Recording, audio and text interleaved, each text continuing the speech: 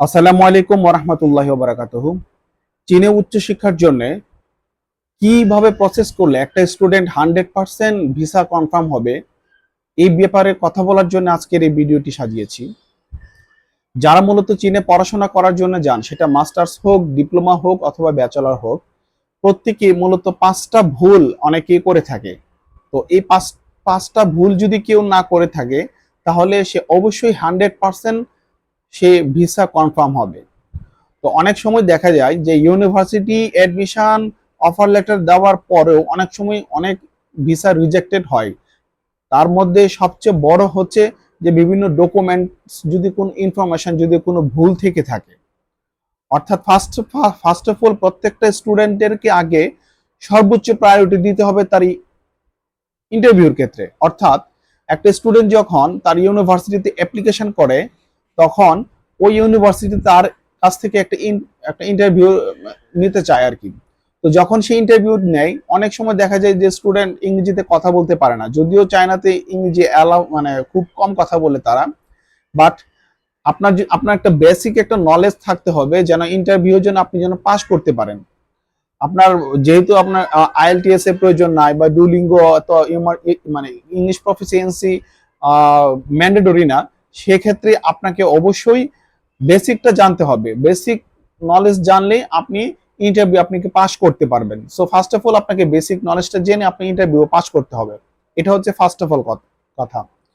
Secondly হচ্ছে, অনেকেই দেখা যায় ব্যাংক স্টেটমেন্ট নিয়ে অনেকে ভুল করে থাকে।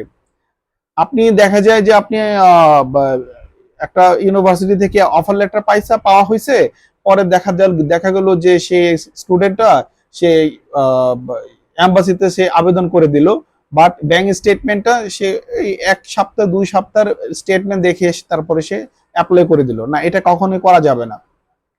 হুট করে 2 সপ্তাহের মধ্যে কোনো একটা অ্যাকাউন্টে 3 থেকে 3.5 লক্ষ টাকা দেখানোটা মানেই হয় না। এই জন্য একটা স্টুডেন্টের মিনিমাম তার 6 মাসে ব্যাংক স্টেটমেন্ট থাকা সবচেয়ে বেস্ট। তাও যদি না পারে, তার 4 মাসে ব্যাংক স্টেটমেন্ট দেখাইতে হবে।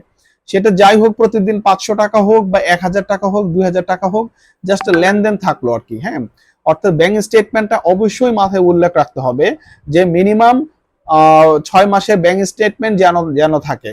অথবা অনেক স্টুডেন্টের থাকে যে ব্যাংক স্টেটমেন্ট তার নিজের থাকে না, সেই ক্ষেত্রে তার ফার্স্ট ব্লাড যে রিলেশন, ধরেন তার মা বাবা ভাই বোন অথবা চাচা চাচি অথবা মামা খালু, মানে ফার্স্ট রিলেটেড যারা, ব্লাড রিলেটেড যারা আছে, তাদের মূলত ব্যাংক স্টেটমেন্ট দেখালেও চলে। কিন্তু যার ব্যাংক স্টেটমেন্ট দেখাতো হচ্ছে, যদি মা বাবার কেউ যদি ব্যাংক স্টেটমেন্ট থাকে, তার অবশ্যই চিন্তায় মাথায় রাখতে হবে যে স্টুডেন্টের যে পাসপোর্টে অথবা এনআইডি যে নামের সাথে তার পিতা মাতার নামের যেন কোনো অক্ষরে কোনো অমিল না থাকে।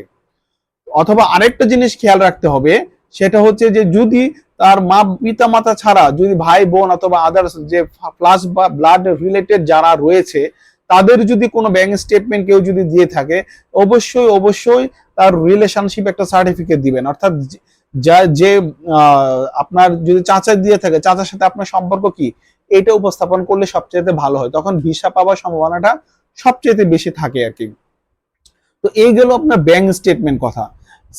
থার্ড যে ভুলটা করে থাকে, 3 নম্বর যে ভুলটা করে থাকে, সেটা হচ্ছে যে অনেকে টাকাটা উইথড্র করে নেয়। অর্থাৎ আমি তো এম্বাসিতে ফেস করে তাকে আমি সকল ডকুমেন্টস জমা দিয়ে অনেকে টাকাটা কি করে উইথড্র করে যে, না, এটা কখনোই করা যাবে না।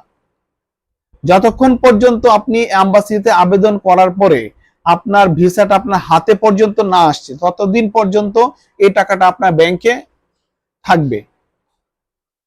অনেকে এই ভুলটা করে থাকে যে যখন একটা নির্দিষ্ট অ্যামাউন্ট, সেটা 3 থেকে 3.5 লক্ষ টাকা আপনার অ্যাকাউন্টে থাকলো, আপনি এম্বাসিতে সাবমিশন করলেন। এম্বাসি সাবমিশন করার পরে অনেক সময় দেখা যায় যে ভিসা হাতে পাবার আগে অনেকে টাকা উইথড্র করে নেয়। না, এটা কখনোই করা যাবে না। তো এই গেল হচ্ছে আপনার থার্ড যে প্রবলেমটা। আর 4 নম্বর যেটা, সেটা হচ্ছে অনেক সময় দেখা যায় যে পাসপোর্টের সাথে মার নামের অথবা পিতা মাতা মার নামের ভুল হয়ে থাকে। তো এই জিনিসটা মাথায় রেখে আপনাদের ডকুমেন্ট গুলো সাবমিশন করতে হবে। আর 5 নম্বরটা যেটা মূলত ভুল করে থাকে, সেটা হচ্ছে যে অনেক সময় অনেকে যে ভুল ইনফরমেশন মূলত এম্বাসির কাছে সাবমিশন করে। সাপোজ ভুয়া একটা মেডিকেল রিপোর্ট অথবা ভুয়া ব্যাংক স্টেটমেন্ট, অথবা অনেক সময় দেখা যায় যে ভুয়া বা অনেক ডকুমেন্টস ভুল থেকে থাকে। তো সেটা কখনই করা যাবে না।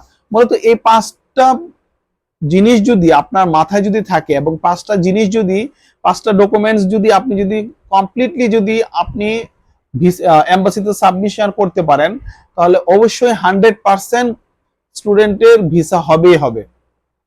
তো আমি এই ভিডিওটা মূলত আলোচনা করলাম যে এই কারণে যে প্রত্যেকটা স্টুডেন্ট মূলত কোন কোন ক্ষেত্রে ভিসা পাওয়ার ক্ষেত্রে রিজেক্টেড হয় সকল ডকুমেন্টস থাকার পরও।